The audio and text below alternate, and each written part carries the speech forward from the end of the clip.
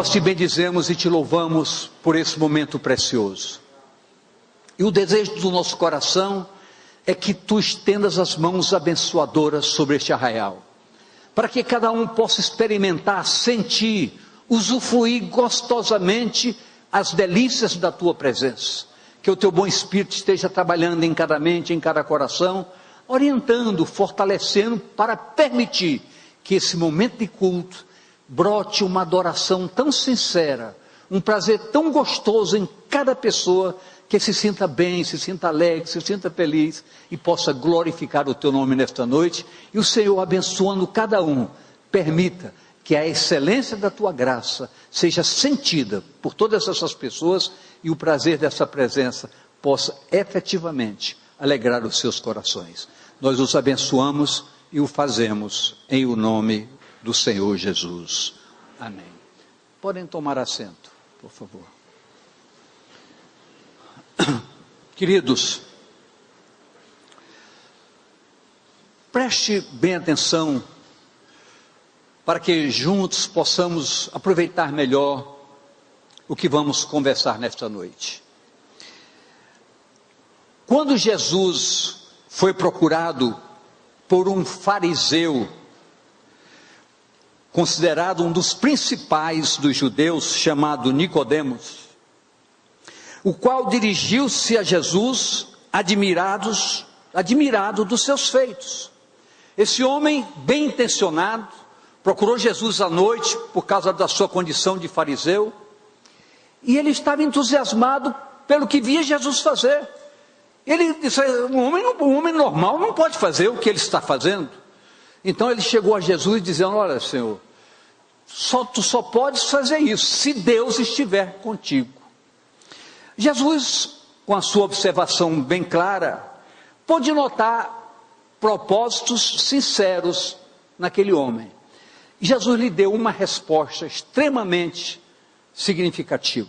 Jesus disse: Nicodemos, se alguém não nascer de novo, não poderá ver o reino de Deus. Essa palavra não pode ficar num vazio da sua beleza, porque ela tem um sentido desafiador, extremamente importante. Está dizendo que se alguém não nascer de novo, não poderá ver o reino de Deus.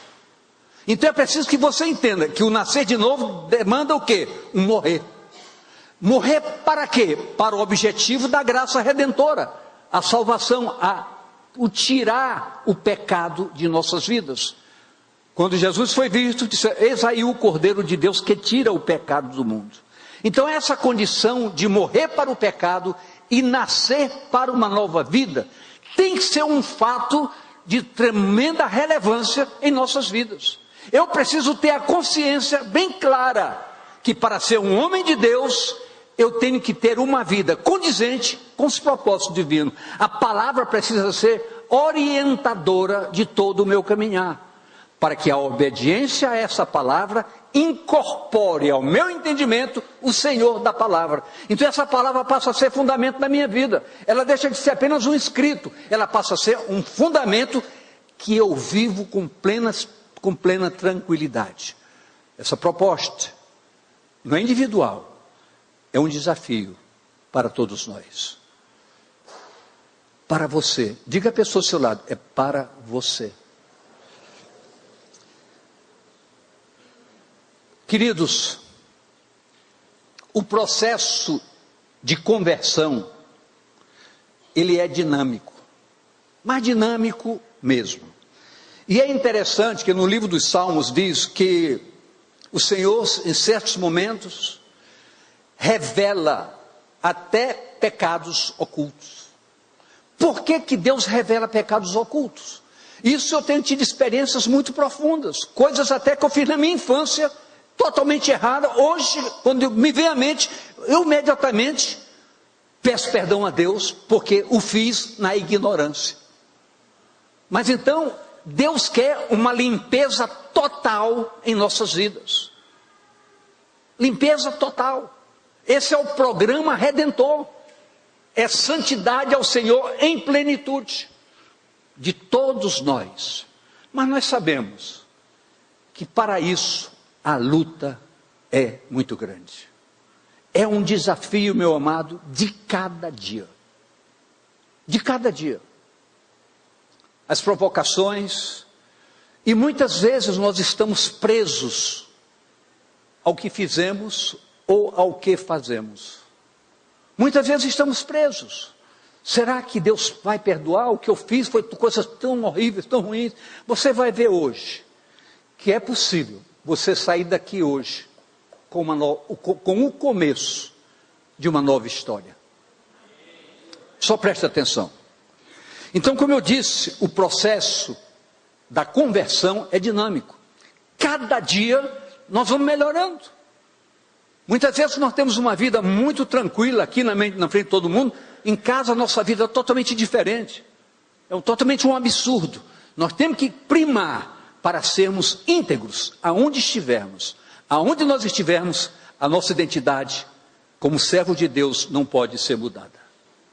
Não pode ser mudada. Olha o que nos diz Tito, capítulo 3, verso 5. Não pelas obras de justiça que houvéssemos feito, mas segundo a sua misericórdia, nos salvou pela lavagem da regeneração e da renovação do Espírito Santo. Então, o processo redentor é regenerar nossas vidas, totalmente, plenamente, em plenitude, com condições de santidade plena diante do Senhor. Isso é um desafio? É uma guerra? É uma luta? Mas é possível. Regeneração essa que enfrenta resistências e confrontos constantes. Porque essa regeneração muitas vezes demanda uma atitude radical de um posicionamento. Por exemplo, você está vivendo um relacionamento errado, que você sabe que é pecaminoso, mas a paixão lhe prende, e o poder da carne sobrepuja a liberdade de poder servir ao Senhor em santidade. Então, para que você tome uma posição, essa renúncia vai levar você a sentir, mas tenha certeza que a recompensa valerá muito a pena, valerá muito, muito, muito e muito mesmo. É difícil, mas nós não podemos calar diante dessa oportunidade. Estamos começando o ano, e para começar um ano, nós temos que usar com muita franqueza da essência que é a verdade revelada da palavra de Deus. Isso é entrar na nossa intimidade com muita determinação e com propósito. Como é que nós podemos nos arrepender de algo? Quando nós temos consciência que esse algo está errado. E o profundo arrependimento é o abandonar radicalmente esse lado errado. Então, quando nós adentramos na nossa intimidade, precisamos fazer uma avaliação sincera do nosso caráter. Eu falei o quê? Isso é muito difícil, mas o que mostra quem eu sou não é o que eu falo, é o que eu vivo, é o que você vê na minha área comportamental. Isso você tem que olhar para você e, felizmente, pensar nisso com muito carinho. Muitos saem do Egito e voltam para o Egito, porque o poder da carne lhes subjuga, estão subjugados, presos, amarrados. Mas graças a Deus, muitos mesmos, se firmam nos caminhos da verdade, experimentando um responsável nascer de novo.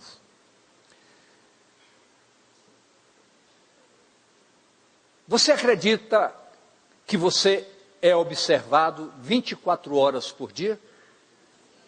Deus está vendo tudo em nós 24 horas por dia. A Bíblia diz que até um cabelo da nossa cabeça não cai sem que Deus permita. Então Deus está vendo todas as coisas. Deus está vendo os meus pensamentos. Muitas vezes nós fazemos as coisas escondidas achando que ninguém viu. Deus vê tudo. E é preciso então que nós entendamos como Ele nos olha, como Ele nos observa. Quando Jesus olhou para Pedro, após uma conversa entre os dois, veja como nos diz Marcos 14, 29 a 31. E disse-lhe Pedro: ainda que todos se escandalizem, nunca porém eu. E disse-lhe Jesus: em verdade te digo que hoje, nesta noite, antes que eu gale cante 2 vezes, 3 vezes me negarás. Mas ele disse com mais veemência: ainda que me seja necessário morrer contigo, de modo nenhum te negarei. E da mesma maneira diziam todos também. Vejamos agora um segundo texto sobre essa história que está em Lucas 22, 60 a 62. Quando Pedro então perguntado se ele estava com Jesus, olha a sua resposta. E Pedro disse: homem, não sei o que dizes. E logo estando ele ainda a falar, cantou o galo.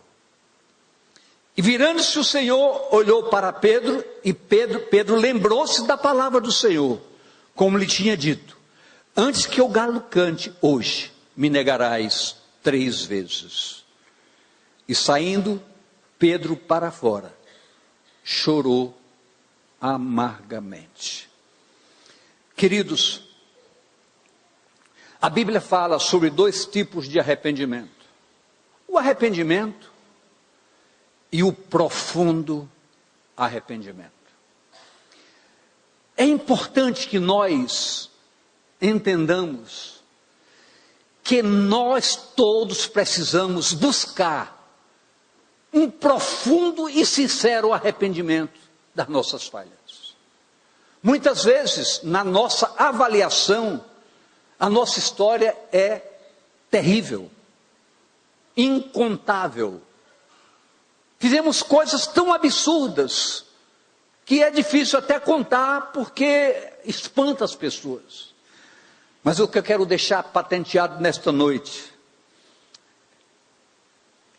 é que o amor de Deus por nossas vidas extrapola todos os limites das nossas falhas. E Deus estará sempre pronto, depois de um profundo arrependimento, de uma contrição e propósitos, mudar a sua história, esquecer tudo que passou e transformar você daquele terrível mal feito num homem ou numa mulher plenamente santo ou santa. Deus pode fazer isso. Eu lhe mostro com a palavra daqui a pouco.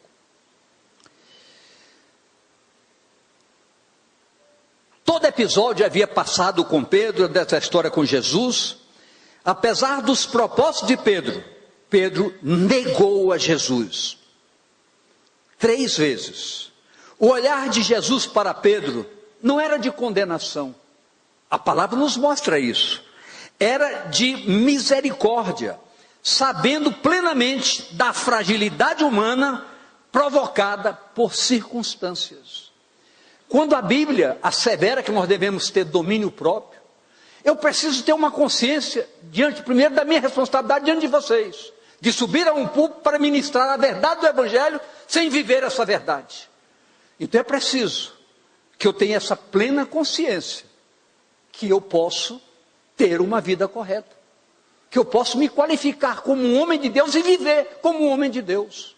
Agora, eu tenho que ter essa consciência, eu tenho que ter domínio próprio para vencer as circunstâncias, porque eu já ouvi uma vez, eu estava dando numa classe de senhoras, e eu disse, falando sobre isso, sobre as falhas circunstanciais, uma irmã se levantou: ah, pastor, para o senhor é fácil, o senhor é pastor, como se nós fôssemos imunes às tentações, às provocações. Pelo contrário, nós precisamos de muita oração, porque o inimigo tenta nos derrubar, porque um de nós caindo machuca muita gente.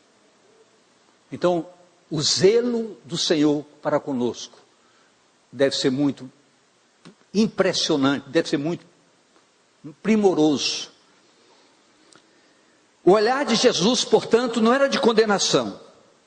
Após a ressurreição de Jesus, Jesus se manifestou aos seus discípulos, de modo especial a Pedro. Olha o que nos diz João 21, 15 a 17. E depois de terem jantado, disse Jesus a Simão Pedro: Simão, filho de Jonas, amas-me mais do que estes? E ele respondeu: sim, Senhor, tu sabes que te amo. Disse-lhe: apacenta os meus cordeiros. Esse homem que havia errado, havia negado a Jesus, agora Jesus se dirige a ele como se nada tivesse acontecido. Tornou a dizer segunda vez: Simão, filho de Jonas, amas-me? Disse-lhe: Senhor, sim, Senhor, tu sabes que te amo. Disse-lhe: apacenta as minhas ovelhas. Disse-lhe terceira vez: Simão, filho de Jonas, que é Pedro, amas-me? Simão entristeceu-se por lhe ter dito terceira vez: amas-me? E disse-lhe: Senhor, tu sabes tudo, tu sabes que eu te amo. Jesus disse-lhe: apacenta as minhas ovelhas. Nós observamos quantas vezes Pedro negou a Jesus? 3. Quantas vezes Jesus perguntou: se tu me amas? Em cada uma delas, ele estava anulando um ponto negativo do erro passado. Queridos, nós estamos vigiados 24 horas, mas o olhar de Jesus para conosco, apesar de ver as mazelas que muitas vezes fazemos, é sempre um olhar de misericórdia dizendo: volta para mim, retorna para mim, eu estou te aguardando. Se você está numa situação como essa hoje, sentado aqui, mas olhando para você e vendo que sua vida lá fora não tem nada a ver com hoje, é preciso que você saia daqui decidido a mudar. Você sabe por quê? Porque o amanhã não nos pertence. O que eu tenho que fazer para estar em paz com meu Deus e não ser surpreendido é estar em santidade, hoje, agora. Mas escute, a evidência do poder da graça de Deus em Cristo traduz o que é o seu amor. Porque o amor de Deus fez tudo isso por nós, sem mérito humano algum. Não existe um potencial de direito adquirido por mim, por ser bonzinho, por fazer aquilo. Não. E Jesus foi muito claro a dizer para os discípulos: quando fizerem tudo certinho, vocês não fizeram mais do que a obrigação de vocês. É nossa obrigação ter uma vida correta. Não é favor para ninguém. É como diz 2 Coríntios 5,14, só na parte A: pois o amor de Cristo nos constrange. Às vezes, não conseguimos perceber que naturalmente vamos nos afastando de uma comunhão plena com o Senhor. Naturalmente. Tem pessoas que vêm um domingo, passa 2 sem vir. Eu fiquei impressionado hoje à tarde. Aqui de manhã estava lotada, hoje à tarde, com a chuva que caiu. Eu, quando fui sair de casa, tive que voltar, que eu não conseguia sair de tanta chuva. Eu disse: não vai estar ninguém à tarde. Quando eu cheguei aqui, a chuva começou a passar. Entrei, fui para o gabinete, passei um tempo, a chuva passou. Começou a chegar gente, encheu aqui. Eu disse, eu até fiz um comentário: vocês são superadores de obstáculos.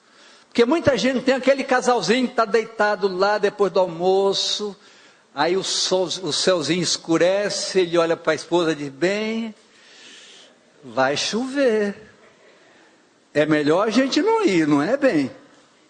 E o outro lado: é, bem, você tem toda a razão. Tem gente que é assim. O nosso compromisso com Deus não pode ser circunstancial. tem que ser com propósito. Então, muitas circunstâncias nos fazem religiosos. Seja, orava todo dia, lia todo dia, um determinado tempo eu li hoje, vou ler só depois de amanhã. Aí você vai começando a relaxar. E o diabo vai se aproveitando e entrando na sua história. Por falta de compromisso vivencial com a palavra e com o Senhor da palavra. A astúcia do inimigo age na religiosidade. Alguns sentimentos surgem e se alojam com muita naturalidade em nossas vidas. Aquele sentimento de criticar, de achar, porque eu já ouvi isso aqui. Alguém telefona para a portaria e pergunta, quem é um pastor que vai pregar hoje? Ah, é? Ah, então não vou. Escolhas. Queridos, toda palavra que sai de um púlpito, vinda da palavra de Deus, não é para seu vizinho, não é para a pessoa de trás, nem da frente, é para você. O seu propósito abastece sua necessidade. Eu posso ouvir amém? Então escute. Há um grito. Eu falei que há o quê? Um grito forte no ar. Esse grito precisa adentrar no recinto do nosso entendimento hoje. Olha esse grito qual é? Jeremias 4, 1 e 3. Olha o Senhor dizendo para todos os espíritos de rebelião: se voltares, ó Israel, diz o Senhor, para mim voltarás, e se tirares as tuas abominações de diante de mim, não andarás mais vagueando. Ou seja, não andarás mais com desesperança, com insegurança, com incerteza, com altos e baixos, com quedas e levantes. Por quê? Porque colocaste diante de mim um novo propósito. As abominações foram arrancadas, desvinculadas da sua vida, para que um novo começo permita a ação operadora do Espírito de Deus na sua vida, lhe ensinando todas as coisas e fazendo de você a excelência do agrado ao coração de Deus. Olha o verso 3, o que diz: porque assim diz o Senhor aos homens da igreja de Judá e a Jerusalém: lavrai para vós o campo de lavoura, e não semeeis entre espinhos. Diga a pessoa do seu lado: você ouviu? Não semeie entre espinhos. Isso é muito sério, queridos. É muito importante a gente dar valor ao que nós estamos ouvindo. Porque não é um sermão. Eu não me preocupo com sermão por hipótese alguma. Eu me preocupo em ministrar a palavra. Não me preocupo, não quero elogio de nada, porque eu sou um repetidor da palavra. Então não estou criando um mecanismo para sensibilizar ninguém, para mexer no emocional. Eu quero pregar ou fazer o povo chorar. Nada disso interessa. Interessa mudanças na sua vida. E quem gera mudanças é o convencimento. E o único ser que convence chama-se Espírito Santo de Deus. A Ele, portanto, toda a honra, toda a glória e todo o louvor, e para mais ninguém.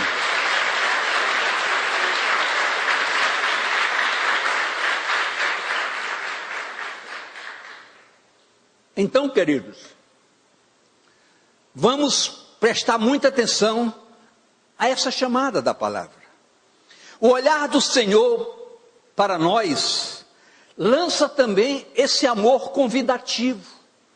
Eu não vou ser muito extenso, vamos ter a ceia. Eu quero ser bem objetivo nesta noite, como fui pela manhã, pela tarde. Esse amor para conosco é inconfundível. Deus nos ama, porque o ser humano é muito radical em certos comportamentos. Eu amo quem me ama. Deus já diz diferente: eu amo quem eu criei. Independente. Gostaria que todos me amassem, Mas independente da área comportamental, Deus nos ama. Você pode dizer à pessoa ao seu lado, olhando nos olhos, Deus ama você. Muito. Agora é importante nós entendermos que muitas vezes nós estamos presos, amarrados em sentimentos de culpa. Sentimento de culpa. Você tem prática de vida que sabe que não agrada a Deus, não consegue se liberar. Então você vive num sentimento, uma carga super pesada de sentimento de culpa. Preste bem atenção em algo. Não importa o que passou. Então diga comigo, não importa o que eu já fiz. Não importa como me deixei enganar. O Senhor Deus sempre nos quer de volta e bem perto dele. Preste bem atenção agora. Ele está sempre pronto a nos perdoar e nos receber de volta, com seus braços abertos. Quem aqui conhece a parábola do filho pródigo? Todo mundo. Todo mundo sabe a história do filho pródigo, uma parábola. Parábola de quem? Pode dizer comigo, do Senhor Jesus. Então, Jesus, quando ele formulou essa parábola, ele não formulou para embelezar ou constituir um elemento litúrgico da palavra. Ele fez com um alerta efetivo de verdade. Então, fala do filho mais novo, não quero falar do caráter do mais velho, que é horrível, mas do mais novo, que pediu a sua parte na herança, saiu de casa e gastou tudo com a prostituição. Chegou um momento que esse rapaz não tinha como se alimentar por falta de condições. Ele procurou trabalhar cuidando de porcos. E quando traziam a ração para os porcos, sua vontade era comer aquela ração dos porcos. Mas ninguém lhe dava. Então ele teve um pensamento. Eu aqui, passando miséria, e na casa do meu pai tem muitos serviçais, que comem na mesa da casa do meu pai, com fartura, e eu aqui morrendo de fome. Vou fazer algo. Vou entrar numa introspecção muito forte, e entender que eu pequei, contra os céus, e contra meu pai. Vou voltar para casa, e vou dizer, pai, estou aqui com muita sinceridade na sua presença. Eu pequei contra os céus e contra o Senhor. E eu quero lhe pedir, faz de mim um dos teus serviçais, para que eu possa ter o que comer. A história nos diz que aquele pai olhou para o filho, abriu os braços, o abraçou, fez uma festa, colocou-lhe um anel no dedo, deu-lhes vestes limpas e disse, você não é um serviçal, você é meu filho que eu recebo de volta. Eu quero dizer para você, se você está nessa situação, esse Pai do céu está com braços abertos para lhe receber. Pode correr, mas decida-se. Aquele jovem reconheceu o seu erro e confessou o seu erro. Isso é o mais importante. O que falta para nós é a determinação de conserto, de ajuste de contas com a nossa consciência. Isso nos leva a uma intimidade maior com o Senhor, que é a meta estabelecida para este ano. Todo mundo com relacionamento com o Senhor, todo mundo trabalhando para ser um ano de conquista, um ano de muitas vitórias, todo mundo nas células, todo mundo trabalhando, ganhando alma para o Senhor, por paixão pelo Senhor e pelas almas. É como diz Oséias 10:12, semeai para vós em justiça, ceifai segundo a misericórdia, lavrai o campo de lavoura, porque é tempo de buscar o Senhor, até que venha e chova a justiça sobre vós. Por enquanto, quando não há esse arrependimento, quando há uma confusão lá fora, aqui está bonitinho, lá fora uma vida errada, a chuva que cai sobre você, não é essa chuva refrescante, é a chuva que provoca doenças e coisas mais. Mas Deus quer mudar essa história, e vai mudar a sua história. Creia que nesta noite, você não vai sair daqui com cargas. Você vai descarregar tudo, deixar tudo fora e começar um novo tempo de vida com Deus, homens e mulheres como legítimos servos do Deus Altíssimo. Isaías 55:6 diz: buscai ao Senhor enquanto se pode achar, invocai-o enquanto está perto. Agora, a gente às vezes passa despercebido, lê uma palavra, passou, mas essa palavra tem um significado muito grande. Preste bem atenção como está escrito aqui: buscai ao Senhor enquanto se pode achar. Parece um contraponto, um contratempo, porque o Senhor diz: quem me busca, acha. E ali diz: enquanto é tempo. Uma razão muito simples. Quem está vivo aqui hoje, levante o braço. Quem tem certeza que vai estar vivo amanhã? Ninguém. Então, se eu tenho que fazer alguma coisa, eu tenho que fazer logo, enquanto eu posso achar. É tempo de buscar. Não estou fazendo nenhum prognóstico de nada. Eu estou apenas mostrando uma realidade que dói, mas é verdade. Eu não quero estar vivo só amanhã, não. Eu ainda tenho uns 40 ou 50 anos de vida. Se eu tiver 40, morrerei com 110. Se eu tiver 50, 120.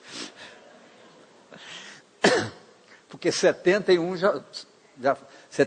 já foram. Amém? Quando essa busca tem fundamento em sérios propósitos, estaremos com certeza agradando o coração de Deus e permitindo sua ação restauradora em nossas vidas. Olha a dimensão, observe a dimensão do propósito restaurador. Isso está em Ezequiel 36, 25 a 27, que diz assim: então espalharei água pura sobre vós, e ficareis purificados de todas as vossas imundícias, e de todos os vossos ídolos vos purificarei. Vai? E vos darei um coração novo, e porei dentro de vós um espírito novo, e tirarei o coração de pedra da vossa carne, e vos darei um coração de carne. E porei dentro de vós o meu espírito, e farei que andeis nos meus estatutos, guardeis os meus juízos, e os observeis. Então você vê que a obra de Deus, ela se completa com os propósitos divinos. Deus não faz uma cobrança sem dar condições. Deus, quando Ele nos chama, Ele nos vocaciona, Ele paga a conta, tenha certeza disso. Deus não deixa ninguém decepcionado.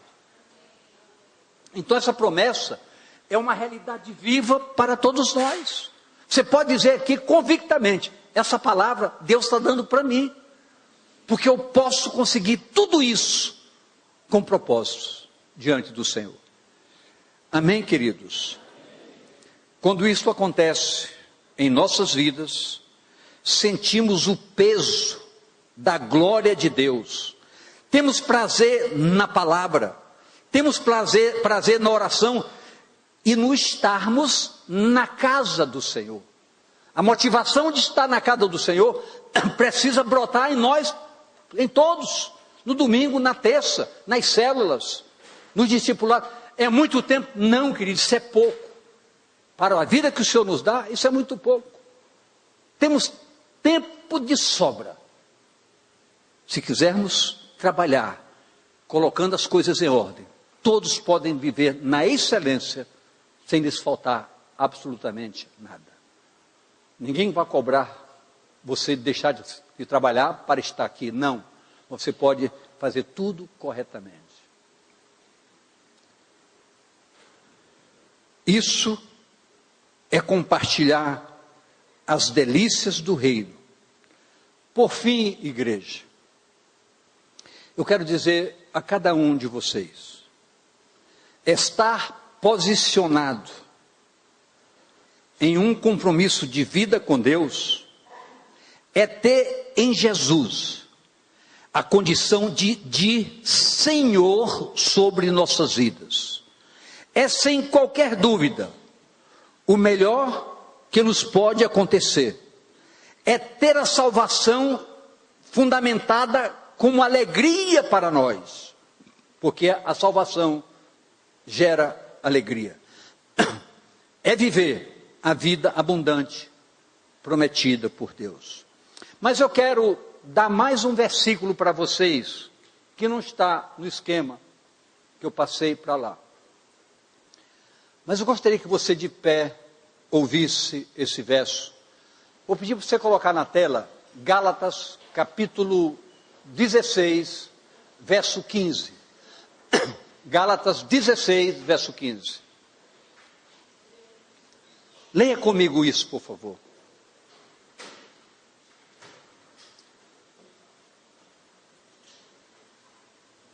Gálatas 16, 15.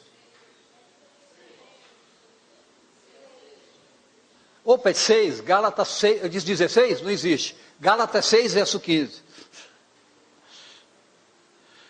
Porque em Cristo Jesus, nem a circuncisão, nem a incircuncisão tem virtude alguma, mas sim o ser uma nova criatura. Mas sim nascer de novo. Para nascer de novo, há que morrer para o pecado e renascer para uma nova vida. Esse é o propósito de Deus. Essa é a razão dessa palavra.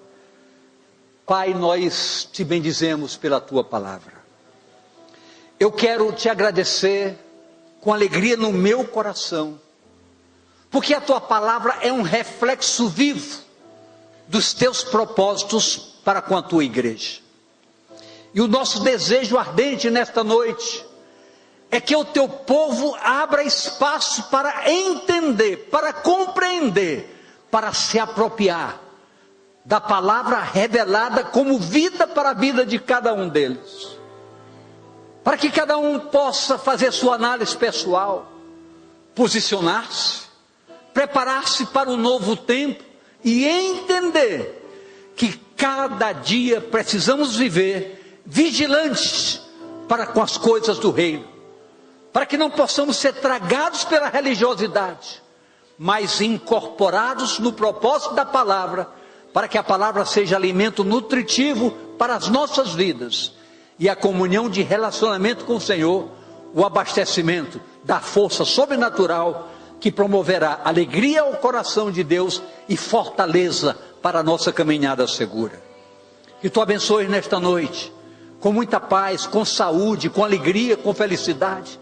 Alguém que chegou aqui com problema de saúde, Pai, que o Senhor toque com sua mão de misericórdia, para arrancar todo o mal, e dizer: inimigo, sai dessa vida em nome de Jesus, e libera a liberdade da saúde plena de cada um que está aqui. Seus relacionamentos sejam ajustados, sua vida uma referência, o seu caminhar um louvor e uma glorificação ao nome do Senhor. Que o Senhor te abençoe e te guarde, porque nesta hora eu te abençoo em nome do Senhor Jesus. Amém, amém e amém. Vamos dar um aplauso para ele.